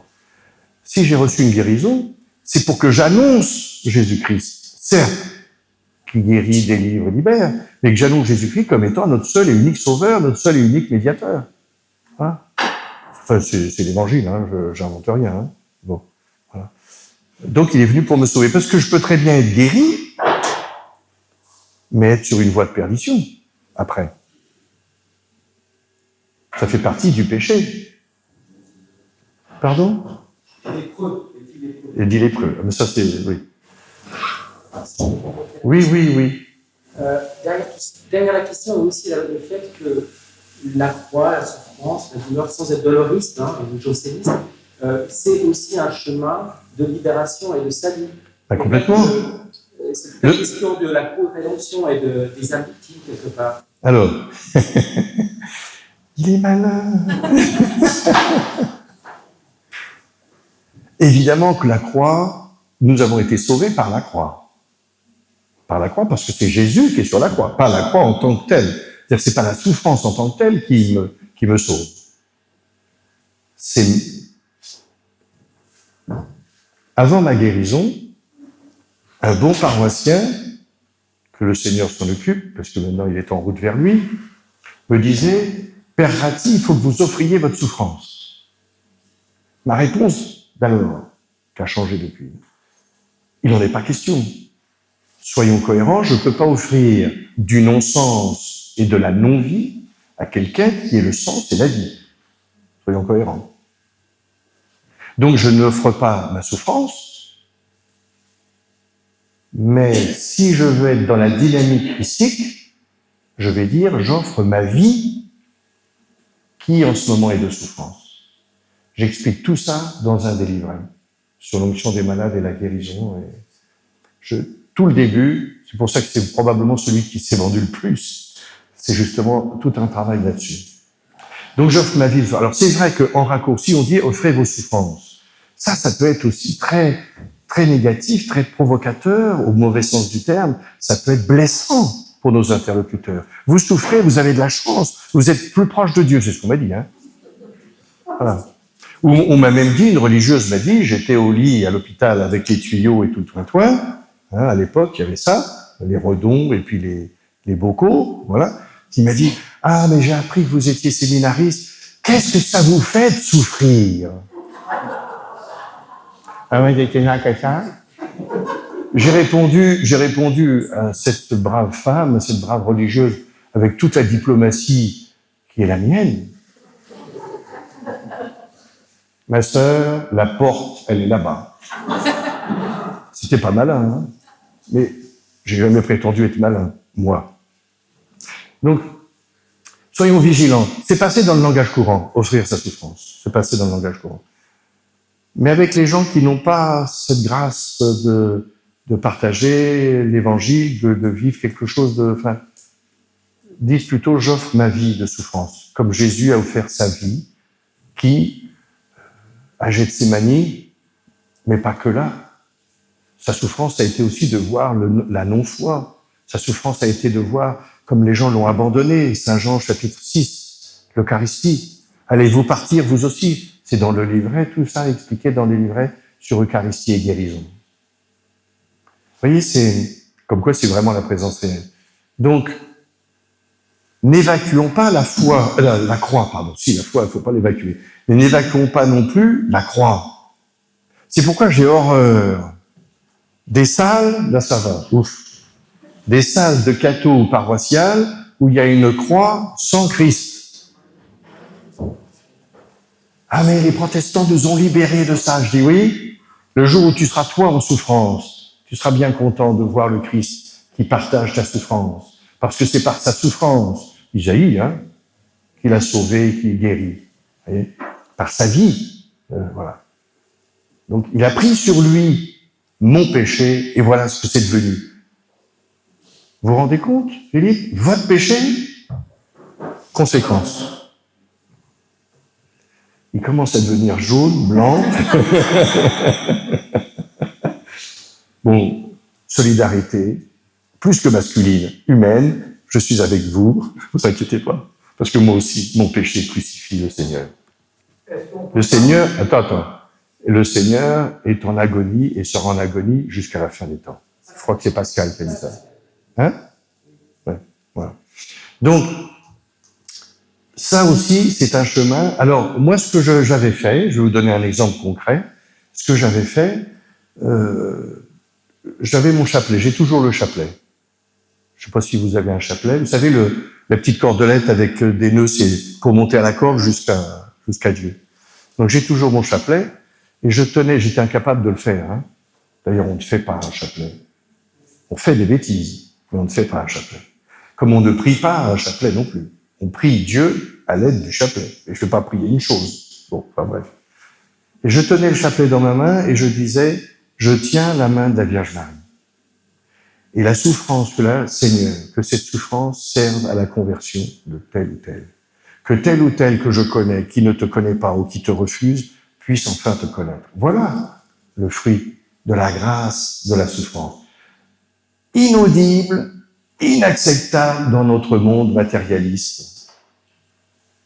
Et on va vous dire, oui, c'est encore les cathos. Vous allez souffrir. Non, catho ne veut pas dire maso. Donc oui, la fécondité de la vie de souffrance offerte dans la dynamique de la croix du Seigneur Jésus est féconde. Cette vie de souffrance, elle est féconde. On le voit souvent aux obsèques. Ça, c'est pour les grands-parents qui voient que leurs petits-enfants ou leurs enfants ont foutu le camp, ils n'ont plus rien à faire, par exemple, ou en même temps qui étaient révoltés par rapport à ça. Voilà. Deux choses, on le voit dans une des bénédictions des célébrations de mariage. Deux choses, au moins, et certaines sont un risque pour que nous nous éloignions de la foi en Jésus-Christ. Le bonheur plus sur le plan matériel, donc on n'y pense plus, et la souffrance plus. On rejette, on se révolte. Job. Mais Job, après, Jésus. Voilà. Je ne sais pas si j'ai répondu. Voilà. on n'offre pas sa souffrance, on offre sa vie de souffrance. Et nos croix, la croix la plus grande pour un prêtre, c'est quoi? C'est de voir que les sièges sont vides à la messe. C'est de voir que les gens communient n'importe comment. Ça, je peux faire des imitations, hein, parce que la communion, ça m'arrive de la donner. Je peux vous faire des imitations comment les gens communient. Ou comment, au moment de la consécration, les gens ne semblent pas, après tout, je ne sais pas intérieurement, hein, mais ne semblent pas avoir une attitude de respect, d'accueil, de prise de conscience autant que faire se peut, parce que ça, même moi, est-ce que j'ai conscience de ce que je fais dans la pauvreté des gestes et des mots? Je crois que c'est Saint Curé d'Ars qui disait, si le prêtre a conscience de ce qu'il fait au moment de la consécration, il mourrait tout de suite. Je crois que c'est ça. Hein. Jacques, tu avais une question. Comment agir devant des personnes qui souffrent, qu'on visite et qui souffrent? Comment agir devant des personnes que nous visitons, hein, les maisons de retraite, les hôpitaux, etc., qui souffrent? Je crois que d'abord, il faut se la fermer. Être là. Et dans la prière personnelle, avant la visite ou au début de la visite, quand on ouvre la porte, je suggère toujours « Vierge Marie, entre avant moi ». J'aime bien la Vierge Marie. Hein. Bon, tant pis. Hein. J'espère que je vous choque pas. Hein. Mais Vierge Marie, entre d'avant. Voilà. Moi, je me souviens quand des gens venaient me voir. « Bonjour Alain, comment ça va ?» Bah, ça va pas mieux. Ou alors tout de suite, à l'époque, parce que moi je suis du siècle dernier, que dis-je, du millénaire dernier, et regardez, vous savez, le tableau de température qu'il y avait dans le temps, okay. Ceux qui avaient quelques connaissances. Attendez, encore là? Ou alors, mais je le mets ça dans mon livret, tout ça, donc sur des malades. Ou alors, je donne des pistes, suite à l'expérience, hein, vous savez, il n'y a rien de tel. Ça, c'est une grande grâce que j'ai eue.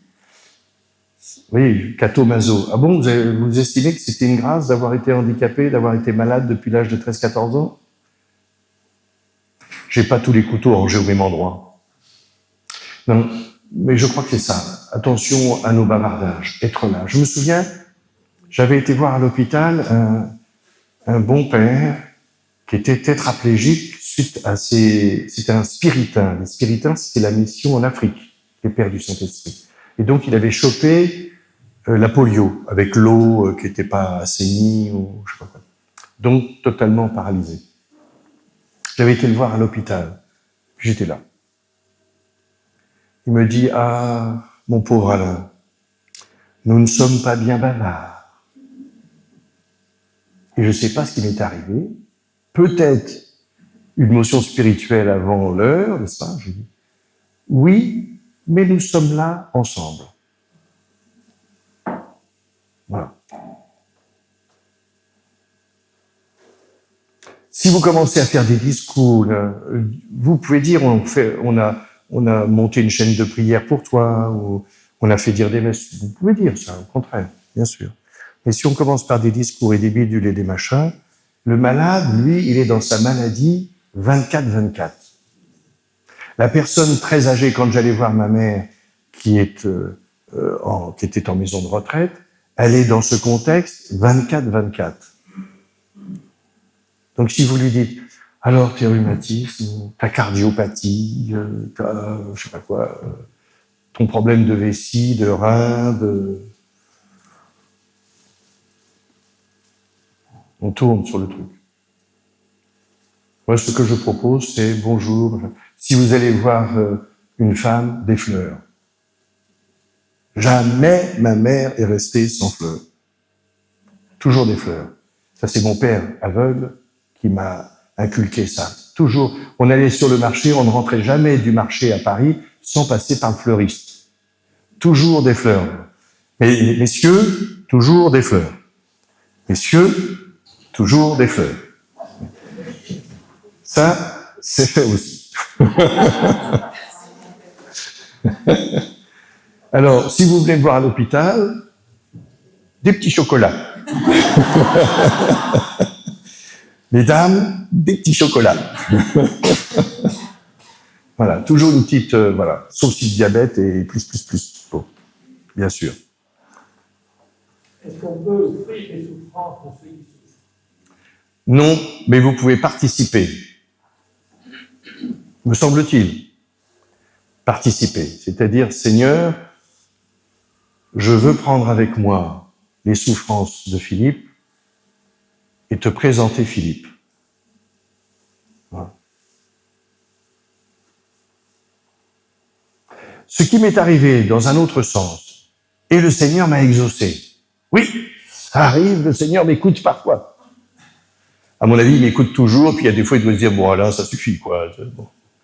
Mais c'est un jour, j'imposais les mains, mais je ne peux pas bouger avec ta caméra. J'imposais les mains et j'ai dit, Seigneur, que la guérison que tu m'as offerte, je voudrais qu'elle bénéficie à cette jeune. C'est une jeune fille. Que ma guérison profite aussi à la diffusion de la grâce. On ne peut pas l'arrêter, la grâce. Donc que la diffusion de la grâce, que ma guérison profite aussi à... Et je suis parti à Medjugorje. Dans l'avion du retour, vous savez, quand tout le monde, on fait tout ça, on remet notre zinzin, parce que ce qui est plus important, c'est notre baluchon et notre zinzin. C'est pas notre voisin et notre voisine. On verra plus tard. D'ailleurs, elle nous embête parce que je peux plus passer, je peux pas sortir le premier. Bon, voilà, très bien. Quand on remet le zinzin en route, j'avais 3-4 messages. Et je me disais, dans un vocabulaire châtié, que je ne répéterai pas pour les oreilles chastes et pures qui sont les vôtres, j'ai dit, ah zut, encore des messages. Pas tout à fait ça, mais enfin... J'écoute mes messages. Et c'était le papa qui m'appelait, qui me dit, Père Ratti, je ne sais pas si vous vous souvenez de nous, vous avez imposé les mains, et notre fille a été guérie. Elle est sortie de son fauteuil, elle est de nouveau à l'école. La preuve, c'est qu'en ce moment, elle est à la piscine avec ses copains, ses copines, dans le cadre de l'école, j'imagine, apprendre à nager, je ne sais pas. Bon, voilà. Donc, c'est Dieu qui fait. Moi, je ne sais pas. Qu'est-ce que vous dites, mon père, quand... est-ce que vous dites que... Vous avez un secret, vous avez... Je dis, Seigneur, prends pitié, prends, et au nom de Jésus, voilà. Moi, je ne sais pas. Qui suis-je? Quel orgueil spirituel et pastoral? Seigneur, fais. Sur lui, sur elle. Quand je suis avec les soirées Raphaël, je suis en aube et étole blanche, toujours étole blanche, ou dorée, blanche. Et donc je tiens le Saint-Sacrement avec le bras droit, je suis droitier, avec le bras droit. Je suis normal, quoi. Droitier. Et avec la main gauche, si on a un code avec Jérôme, notamment, c'est souvent lui, ou Xavier, ou Eric, qui me guide, on a un code, et si je lève la main là comme ça, c'est que j'appelle au secours, parce que je suis crevé, parce que je suis plus où je suis, j'arrive plus à savoir, donc, ou que je demande une chaise. Bon. Mais si je lève la main avec l'étole, c'est que là, je reçois une motion, et puis je balaye, j'ai les yeux fermés, je balaye jusqu'à... Ah, avec l'étole, parce que c'est l'étole qui fait. C'est l'étole qui fait. Je vais vous raconter une anecdote vraie. Je vais à Lourdes, vous savez, dans le sud, là, dans les Pyrénées, là où il pleut toujours, comme me disait un copain d'armée, avec son accent, il dit, Lourdes, c'est le pot de chambre des Pyrénées. un autochtone, hein, un gars local. Bon, bref. Donc, je ne sais plus ce que je voulais vous raconter comme anecdote. Ah si, avec l'étole, merci. Et je rencontre d'anciens paroissiens, dont j'ai marié la fille, des gens très très chouettes, bon voilà, très bien, qui étaient dans une région pas loin de Bordeaux. Je ne sais plus qu'est-ce qui est de Bordeaux. Voilà, pas loin de Bordeaux. Et le bon père en question, avec sa soutane, ses dentelles, ses surplis, etc., enfin bon bref, m'est présenté par nos paroissiens, enfin moi c'était les anciens, et lui c'était pas là, et il dit, oui, j'ai entendu parler de vous, le père Ratti, monsieur, madame machin, etc. Ah, il me dit, il faut que je vous raconte. Hein, il me dit, voilà, j'ai assisté, alors c'est pas du tout sa tradition spirituelle, hein, j'ai assisté, on m'a demandé d'être là pour un rassemblement du renouveau charismatique. Je dis, ça c'est l'église, hein. Bon, c'est pas mon chemin spirituel, mais j'y vais. Donc il y est allé. À la fin du rassemblement, une dame est venue le voir en lui disant, mon père, est-ce que vous pouvez prier pour ma guérison? Et le bon père me dit, mais moi je sais pas ça, tu pries. Et il me dit, j'ai eu l'intuition, j'ai dit oui, le Seigneur était là. Je lui ai pris les deux mains, je les ai entourées de mon étole et j'ai prié. Et la femme a été guérie. C'est l'étole qui fait.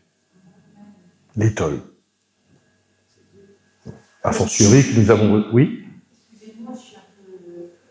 Vous êtes un peu... Ah, l'étole, c'est le...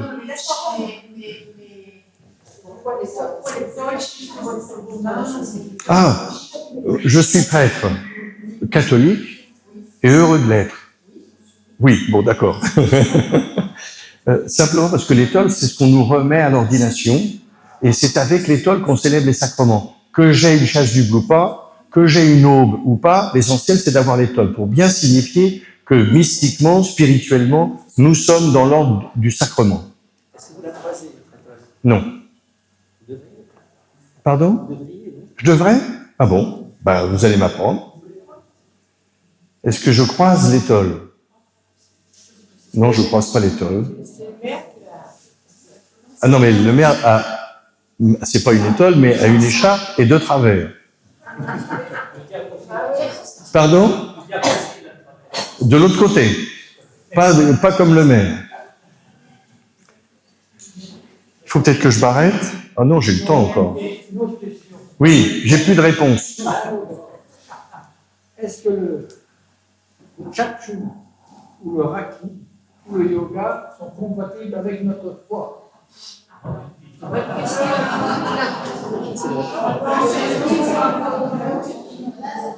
Qu'est-ce qu'il y a?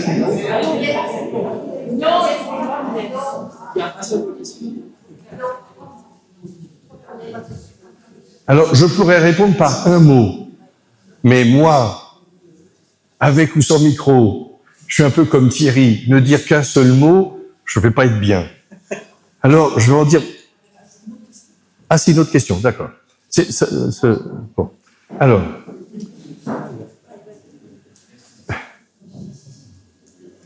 Bientôt va paraître un livre, un livret, c'est le prochain, hein. Pas le prochain qui est en cours de signature là, parce qu'il est déjà fini, en lien avec le livre du ciel, mais sur cette puissance de l'humilité. Et celui juste après, c'est sur les prières des coupeurs de feu. Alors, le Reiki, vous dégagez. Urgemment, vous dégagez. Non pas parce que les maîtres en Reiki nous attaquent bille en tête, nous les catholiques, parce qu'on est des nuls, on est des ringards, on est des frustrés, on est des retardataires, on a plein de qualités, hein. Voilà. Donc le Reiki, vous dégagez. Qu'est-ce que tu m'avais dit d'autre? Le yoga.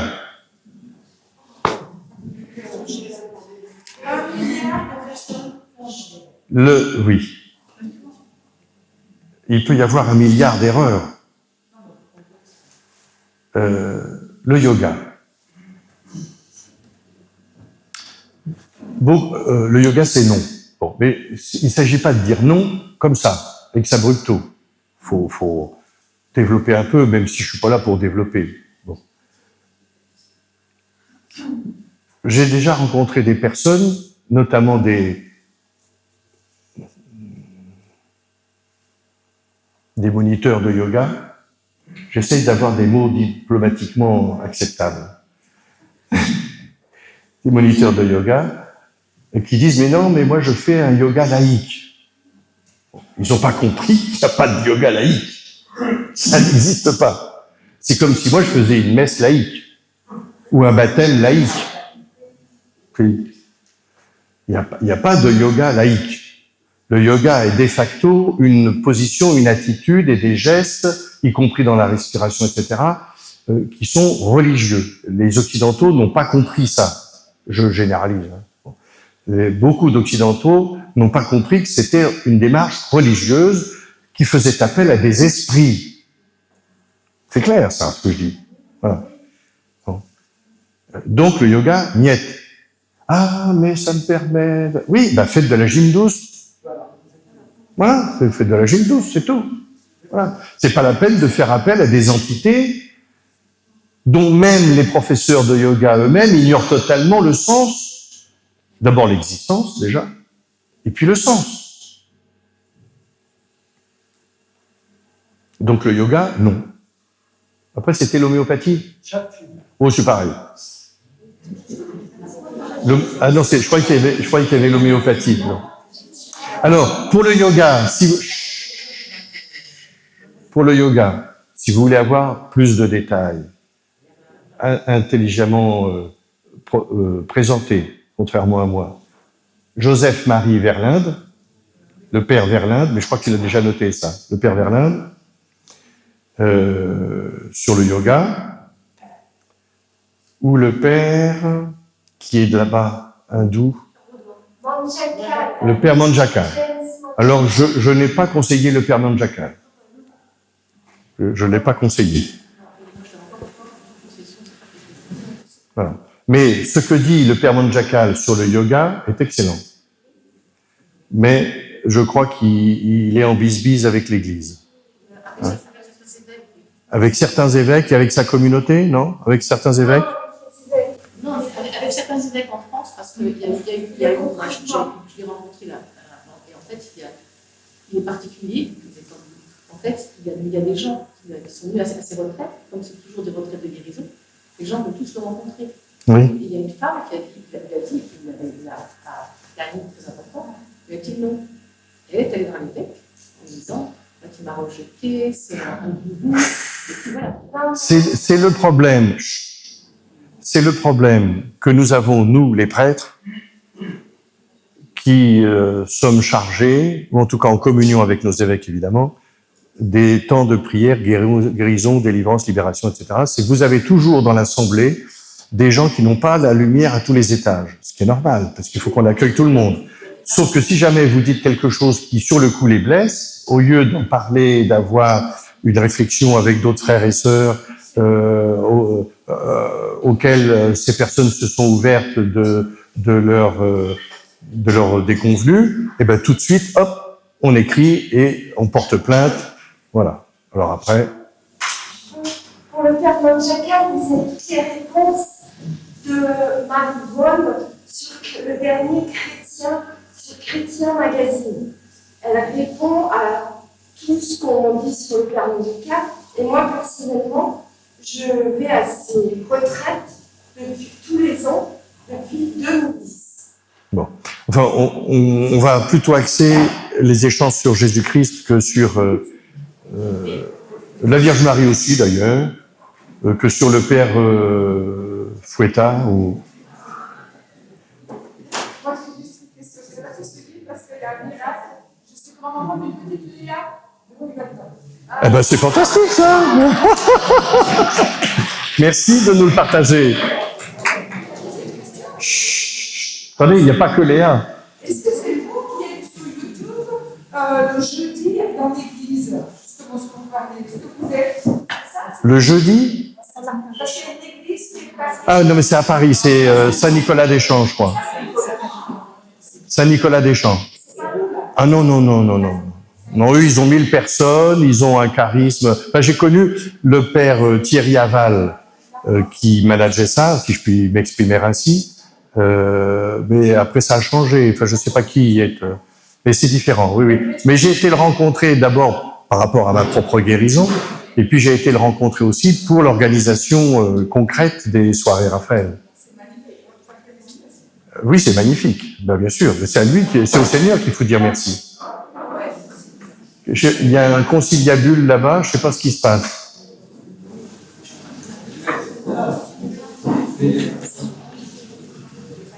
On peut dire Philippe, tu as encore du temps.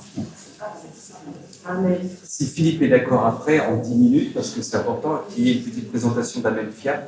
Ah oui. Par Philippe. Tu dormais là, c'est pas grave. Oui, oui, oui. Voilà, c'est juste pour qu'ensuite on. Voilà. Je demanderai au père Ratti s'il est d'accord. D'accord. D'accord. Tu lui dis que son évêque est OK. Ah bon, d'accord. Alors, s'il vous plaît, on reprend notre concentration. Ah, vous avez une question aussi? Attendez, parce qu'il y avait là. Ça fait un moment et elle a un problème de rhumatisme. Alors moi, je voudrais, il y a quelqu'un qui me disait que lorsque l'on chemine dans la divine volonté, Quelqu'un disait que lorsque l'on chemine dans la divine volonté, on ne peut pas demander sa guérison. on ne peut pas demander sa guérison. Voilà, enfin, en gros, c'est le lien entre divine volonté et guérison physique ou guérison physique. Voilà. Est-ce que c'est possible? Parce qu'en fait, nous avons de la souffrance qu'elle donnait, comme vous disiez, voilà. Est-ce que si je suis dans la divine volonté,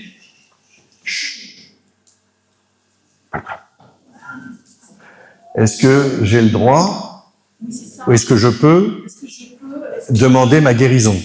Voilà. D'après vous, est-ce que le Seigneur veut aussi nous guérir? Bon.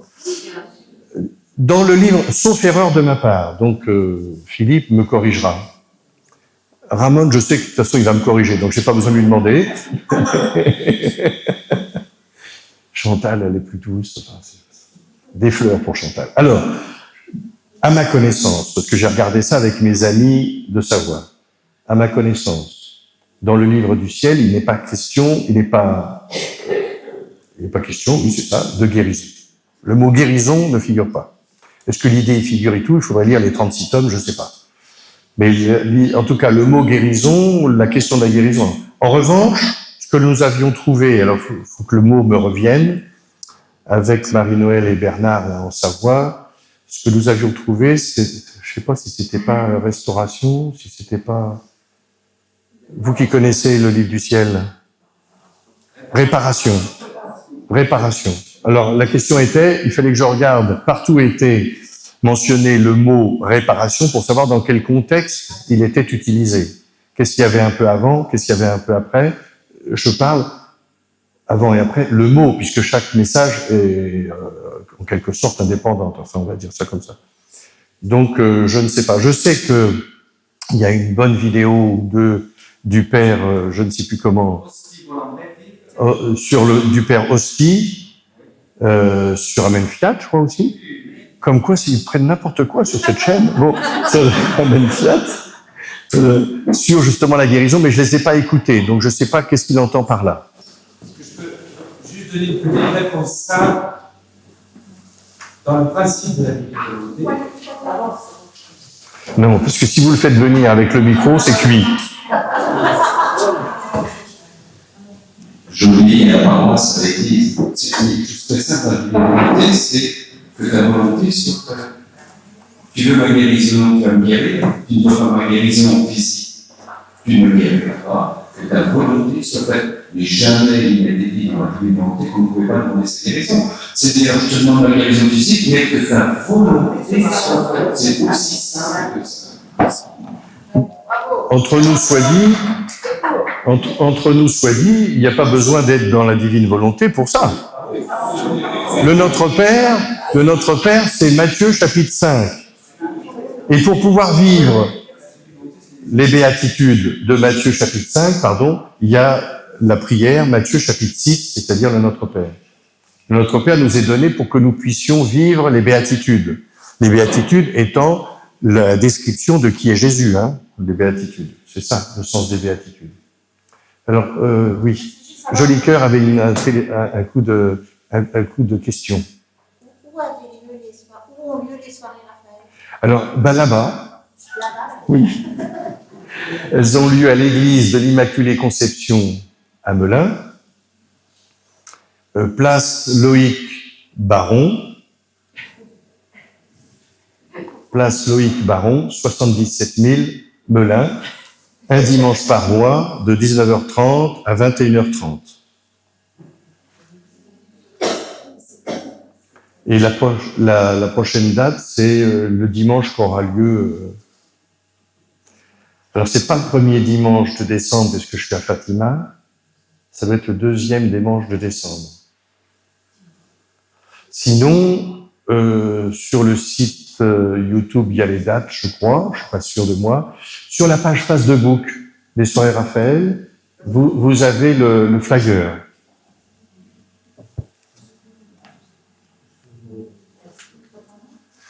Vous tapez sur Facebook soirée Raphaël ou soirée Raphaël Melin. Vous avez accès, voilà. À moins que vous demandiez à Ramon de l'envoyer d'envoyer le mail, d'envoyer le flyer le côté des dates par mail, puisqu'il a votre mail. Je ne sais pas s'il voudra le faire, hein, parce qu'il en a que pour la chaîne Amen Fiat. Hein. Alors, en accord que j'ai imposé à Ramon, ce soir après dîner, la librairie ouvrira. Dans la librairie, il me faut 2 vendeurs ou vendeuses. Ben voilà, tac et tac, voilà.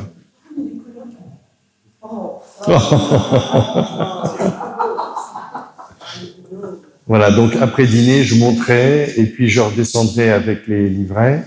Là où il y a le bar, ou c'est côté du bar. Donc, eh ben, écoutez, à côté du bar, moi je serai derrière le bar.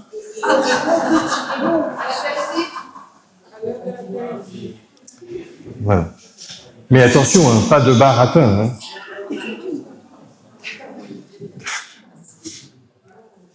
D'autres questions. Chantal avait une question. Ah non? En fait, je vais dire la même chose que Ramon, c'est qu'on peut la demander, la révision, mais ta volonté et non la mienne. Mais en fait, je me suis posé la question par rapport à quelque chose que j'avais, justement, problème de gorge. Justement, si vous avez un problème de gorge, venez au micro. On va y arriver, on va y arriver. Les exemples, c'est génial. Oui, elle veut des exemples parce qu'elle dit que c'est génial. C'est Colette. Très bien. Vous connaissez Colette? Je vous l'appelle d'entrée. Alors. Oula. Oui, mon problème de gorge est terminé. Comme vous avez pu remarquer, je n'ai pas une grosse voix, et la gorge asséchée très vite. Et comme je dois allumer les cénacles, je ne peux pas toujours passer. Et alors, je me suis dit, Seigneur, peut-être que c'est pratique, une guérison. Je me suis demandé, est-ce que c'est possible de demander une guérison comme Azimari, pas besoin de demander comme ça. Et mais peu de temps après, je lis Alice Netchenska, et c'est bon. On voit qu'elle est vraiment dans un cheminement, la volonté, c'est aussi un cheminement avec le Seigneur, et qu'elle doit aussi faire sa volonté, c'est-à-dire suivre sa volonté, et finalement, le Seigneur l'amène à une messe, et c'est là qu'elle a été guérie de la gorge. J'ai vu un signe quand même pour moi, parce que ça s'est fait vraiment, c'était le lendemain où je m'étais posé la question, est-ce que Seigneur, tu peux me guérir de la gorge? Et le lendemain, je lis ça sur un message jusqu'à. Donc je me suis dit, oui, il peut me guérir, mais j'attends la guérison. Il a dit oui, mais il n'a pas dit quand. Voilà, c'est ça. Je peux témoigner de sacrement des malades. Oui. Alors, moi, je fais du style médical, mais l'année dernière, au mois de février, j'avais une grippe, j'étais rétamée, et je recommençais des signes, je me faisais des dépressions, des dépressions. J'ai assez énergique quand s'il vous plaît. Il me vient dans le cœur de recevoir les sacrements des malades. Je suis jamais. Je me demande au Père Chemin, est-ce que vous pensez que je peux le recevoir? Mais j'ai l'impression que ce n'est pas pour moi. Je peux prier pour quelqu'un ou le faire pour quelqu'un. Et donc je m'inscris, et le samedi, je vais recevoir pendant la messe le sacrement des malades dans le Je prie pour une personne qu'on m'avait confiée une maman qui est en grave dépression et elle. C'est elle qui se confie. Je rentre à la maison, le soir je m'assois, je dis, Jean-Marc, c'est mon mari, regarde, je peux enfin me poser contre une chaise. Je suis obligée de mettre des coussins à l'âge de 19 ans dans mon dos. Et moi qui dois enregistrer passer du temps sur les vidéos, je souffrais du coup des épaules parce que c'était trop long, le travail me fatigue. Et donc, j'ai reçu cette guérison au mois de. Je trouve que c'est à Lyon, J'étais pas là. Oui, je sais, il y a eu ce moment du chapeau, c'est à un moment où on s'est venu par là. Et donc, j'ai reçu une guérison que je n'ai pas demandée. Je n'ai plus du tout mal, je n'ai plus des poussières dans mon dos, je vois le Seigneur. Donc, je pense qu'on peut aussi, de temps en temps, c'est peut-être pas la bonne intention, mais pour les gens qui le Seigneur, ils savent très bien ce dont on a besoin. Je vois exactement. Voilà, l'onction des malades. Si des personnes ne peuvent pas recevoir l'onction des malades, il y a des personnes qui ne peuvent pas recevoir l'onction des malades. Pourquoi Une personne divorcée, remariée. Je ne peux pas, puisqu'il y a dans l'onction des malades le pardon des péchés. Puisque quand le Seigneur guérit, il guérit tout. Quand il donne une grâce, il donne totalement. Des personnes qui ne sont pas baptisées ne peuvent pas recevoir l'onction des malades, qui est un sacrement. Le baptême, c'est la porte d'entrée des sacrements. Je vous offrirai le catéchisme de l'Église catholique. Bon, par exemple. Hein? Bon. Alors, ce que je fais, c'est que je procède à une onction. C'est-à-dire que, là, j'en ai pas apporté, parce que à cause de Ramon, les valises étaient complètement pleines. Mais je peux m'en occuper encore. Ça m'est arrivé à Medj, où j'avais pas l'onction des malades, et des gens demandaient l'onction, mais ne pouvaient pas la recevoir. Le Seigneur, lui, il est là, toujours. Alors, ce que j'avais fait, c'est, j'avais pris de l'huile d'olive, ici en Italie, l'huile d'olive, c'est le best-of, que j'avais exorcisé et béni, et après j'ai remis l'onction. Je me souviens d'un ami qui a été guéri d'un gros problème à ses pieds, par exemple, avec cette onction, qui n'était pas baptisé. Donc soyons cohérents, je ne peux pas lui donner un sacrement s'il n'a pas eu le sacrement, la porte d'entrée des sacrements. Et je me souviens, c'est peut-être non pas le dernier, parce que c'est octobre, mais l'avant-dernier pèlerinage retraite que j'ai prêché, où l'assemblée, on dit dans notre jargon, était très lourde. C'est-à-dire, tel ou tel pèlerin ou pèlerine, c'était plutôt des pèlerines cette fois-ci, étaient chargés, spirituellement chargés, c'est-à-dire avec des démons ou des choses comme ça. Et donc j'avais, au début de la salle, l'entrée était ici, et donc j'avais exorcisé, béni de l'eau et du sel, hein, comme on fait pour les soirées Raphaël, et je demandais aux personnes de se signer à l'entrée et à la sortie. Je voyais que, alors j'avais pris moi-même et j'avais aspergé tout le monde. Et je voyais que, comme par hasard, aux fameux enseignements qui concernaient cette réalité spirituelle, les personnes concernées n'étaient évidemment pas là. Parce qu'on sait tout mieux que le prêtre. Et puis on a envie d'aller se promener et d'aller acheter des gris-gris chez les commerçants. Voilà. Donc ce que j'ai fait, installe au-dessus, si je puis dire, exorcisme et bénédiction de l'huile d'olive. Et j'ai remis l'onction à tout le monde. Je ne savais pas si les gens étaient en capacité d'accueillir l'onction des malades, comme c'était pas l'onction des malades. Donc, pas de problème, tout le monde peut bénéficier des grâces dans ce cas-là. Évidemment, les personnes vraiment concernées n'étaient pas là. Elles sont reparties comme elles étaient revenues, sans être délivrées, sans être libérées. Le Seigneur ne fait jamais sans nous. Sinon, ça veut dire que c'est un gourou, ou c'est quelqu'un qui s'impose. Mais on peut faire ça. On a vécu ensemble la grande prière à la fin de la messe. Donc, on peut aussi recevoir l'onction. Voilà. S'il y en a qui nécessitent l'onction. Alors, c'est pas compliqué. Vous allez au mercato avant le car, là, vous achetez une petite... non, là je vais faire l'onction seulement. Une petite huile d'olive que je vais exorciser, bénir, parce que j'ai évidemment emporté ce qu'il fallait pour ça. Voilà. Et donc, les personnes qui le souhaiteront pendant la messe, alors je ne sais plus quand, c'est vrai qu'on a 3 semaines, bon, on a le temps, mais après la liturgie de la parole et avant la liturgie de l'Eucharistie, une onction. À vous d'aller voir, vous vous mettez d'accord, hein. Parce que moi, je sais que vous allez dans le mercato, là, au lieu d'acheter un parapluie comme hier, vous achetez un petit, mais de l'huile d'olive, si possible bio. On se met d'accord, parce que sinon vous en apportez encore. Mais c'est pas grave, parce que j'ai eu 2 valises à l'aller. Comme vous allez m'acheter tous les livrets, j'aurai les 2 valises au retour.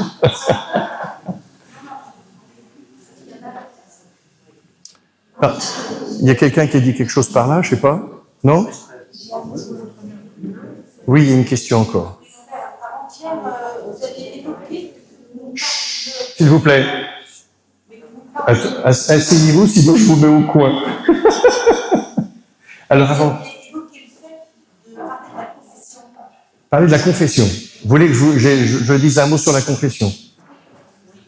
Je vais dire un mot sur la confession. Peut-être même 2 mots.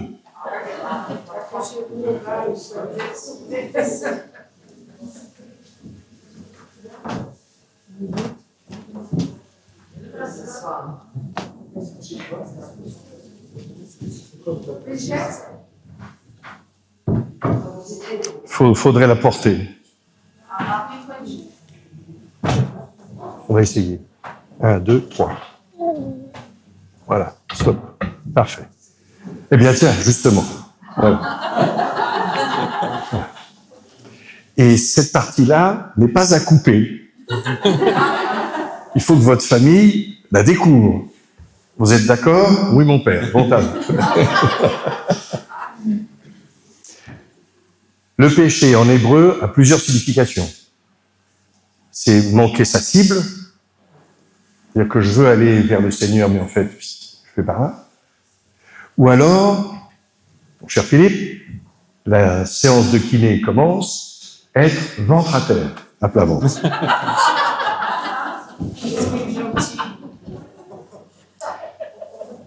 Ventre à terre. Voilà. Colette, vous voulez, s'il vous plaît?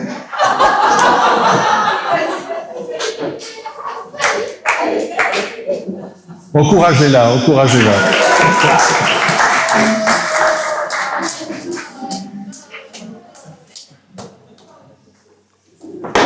Colette, je compte sur vous, vous allez me tenir le micro, sinon ils ne vont pas l'entendre. Vous me tenez le micro. Comme à l'enfant de cœur. Voilà, vous faites attention, c'est-à-dire que si je bouge, vous me suivez. Oui. Même si je vais par là, ça va? Oui. Et si je vais par là, ça va aussi. Bon, donc là, je vais là. Là? Vous êtes OK? C'est bon? C'est bien, là, la caméra, elle ouvre, et puis tout le monde entend. Si je suis ventre à terre, forcément, je ne vois rien dans mon discernement, je suis dans les ténèbres. Je peux regarder à droite, je peux regarder à gauche. Niet. Rien. Je suis dans les ténèbres. C'est ça le péché. Je suis ventre à terre et je suis dans les ténèbres. Éventuellement, je peux essayer de me bouger. Ça marche pas. Je ne vois pas la lumière, puisque je suis dans mon péché, et je n'ai rien à ma disposition pour discerner si ce que je fais est bien, ce que je fais, ce que je dis, ce que je pense, hein, bon, si ce que je fais est bien ou pas. J'ai pas d'éléments. Donc, on va demander la guérison pour Colette. Non, 20 ans de moins. Il me reste cette possibilité encore. Donc, conclusion de l'histoire, il faut que je me convertisse. Se convertir, convergere, en latin, c'est se retourner. Donc, par l'excellente prédication du Père Ratti, Philippe se convertit. Il se retourne. C'est déjà beaucoup mieux, parce que là, il peut voir déjà le soleil, il peut voir les éléments en tournant à droite ou en tournant à gauche pour pouvoir discerner. Mais cependant, il a quand même encore les conséquences, quelque part, du péché. Il est toujours allongé. Il est à plat dos. C'est pas top. C'est pas une position de quelqu'un qui est ressuscité. C'est pas. Alors, il faut se tourner vers Jésus-Christ. Vous êtes d'accord, Colette? Oui, mon père.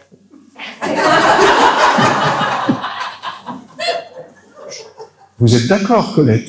Oui, mon père. Donc, attitude du ressuscité, le Seigneur, qu'est-ce qu'il fait? J'ai vu la misère de mon peuple, Exode chapitre 3. Alors je me penche vers lui. Attends, je le prends, et du haut de cette croix, je tirerai à moi tous les hommes. C'est difficile de lutter contre le péché, hein? La conversion, c'est difficile. On va mettre les femmes au centre. Donc, vous avez vu, c'est ça, le sacrement de réconciliation. C'est Jésus qui vient jusqu'à moi, qui vient me retourner. Ma situation est retournée, qui me prend, attention les lunettes, non, je te demande pas bonjour, qui me prend, qui me tire. Donc, ça nécessite un combat spirituel, c'est la croix, hein, qui me tire et qui me remet debout. Et là, debout, du coup, il peut rentrer en relation avec les uns et les autres, il peut se retourner, aller à droite, à gauche, il peut retourner, il peut voir, et il peut, quoi faire? Il peut aimer, il peut louer, il peut annoncer, il peut témoigner, et tutti quanti. Amen, merci.